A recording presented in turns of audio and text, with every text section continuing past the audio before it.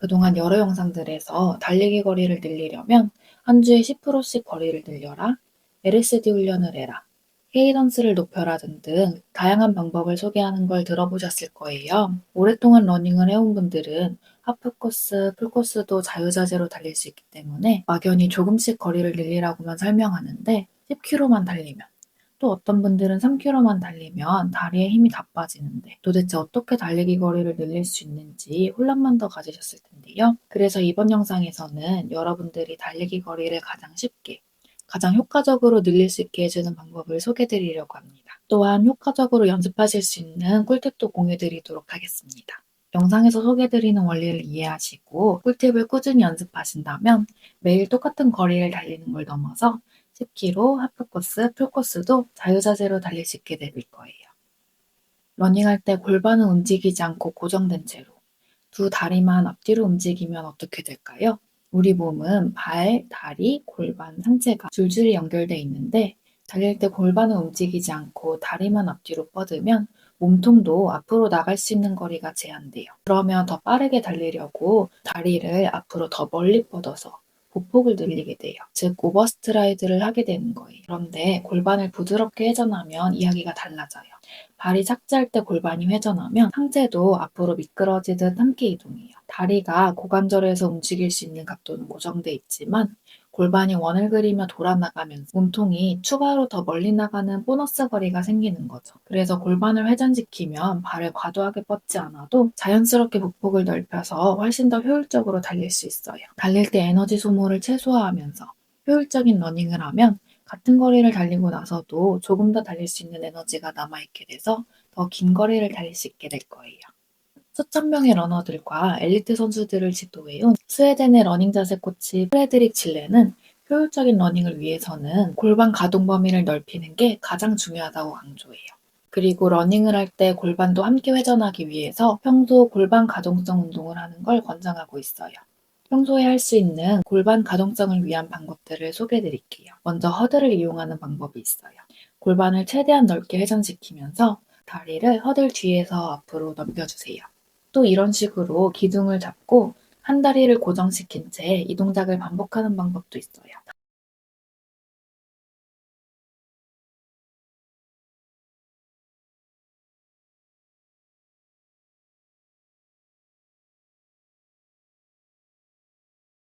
다음은 케냐 중장거리 선수들의 모습인데요. 코어와 하체에 근력이 좀 생겼다. 이렇게 드릴 연습을 통해서 골반 가동성을 넓혀줄 수도 있어요. 제자리에서 하는 보강 운동이나 드릴 연습 중에서 여러분에게 더 편하고 재밌게 느껴지는 방법으로 가동성 운동을 해주세요. 운동 전후나 평소에 틈틈이 해주시면 점차 골반 가동성이 좋아지고 러닝 효율이 높아질 거예요. 그런데 주의할 점이 한 가지 있어요. 달리기를 할 때 골반을 최대한 회전시켜야지 하고 억지로 골반 움직임을 만들려고 하면 오히려 굉장히 불편하고 부상 위험만 높아져요. 꾸준히 달리기를 해나가면서 보강 운동을 하면서 점차적으로 가동 범위가 늘어나고 골반을 유연하게 사용할 수 있게 되고 자연스럽게 회전이 만들어지는 거기 때문에 달리면서 의식적으로 골반 움직임을 만들려고 하기보다는 평소 러닝, 보강 운동, 스트레칭으로 가동성을 넓혀가 주세요. 다음으로 혹시 달릴 때 무릎이 펴진 상태로 달리고 있지 않나 여러분의 자세를 점검해 보세요.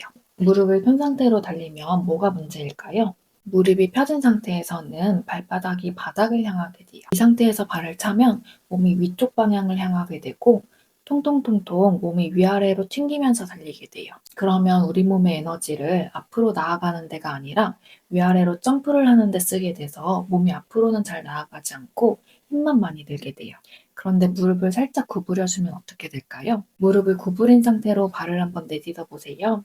그럼 발바닥이 뒤쪽을 향하게 돼서 이 상태로 발을 차면 몸은 앞으로 튕겨나가게 돼요. 그래서 무릎을 굽히고 달리면 몸이 앞으로 나가는 데 에너지가 쓰이기 때문에 러닝 효율이 향상되는 거예요.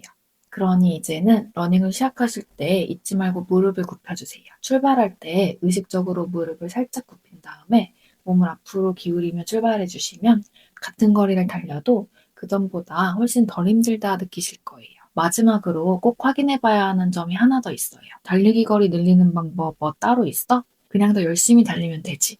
생각하고 힘든데도 꾸역꾸역 달리고 있지 않으신가요? 매일 정말 힘들게 달려도 지쳐서 똑같은 거리에서 벗어나지 못하고 있으시다면 내가 충분한 회복 시간을 가지고 있나 살펴봐야 해요. 우리 근육과 심혈 관계는 훈련을 한 후 24에서 72시간 동안 미세 손상을 회복하면서 더 강해지는 초과 회복 단계를 거치게 되고, 이 과정에서 다음에 더 긴 거리를 버틸 수 있는 기반이 만들어져요. 그런데 몸이 회복될 시간을 주지 않고 다시 달리면 자극은 누적되는데 회복은 따라오지 않아서 피로와 염증이 쌓이고 수행 능력은 늘지 않고 오히려 부상으로 이어질 수 있어요. 그런데 매일 달리는 사람도 많은데 생각되시나요?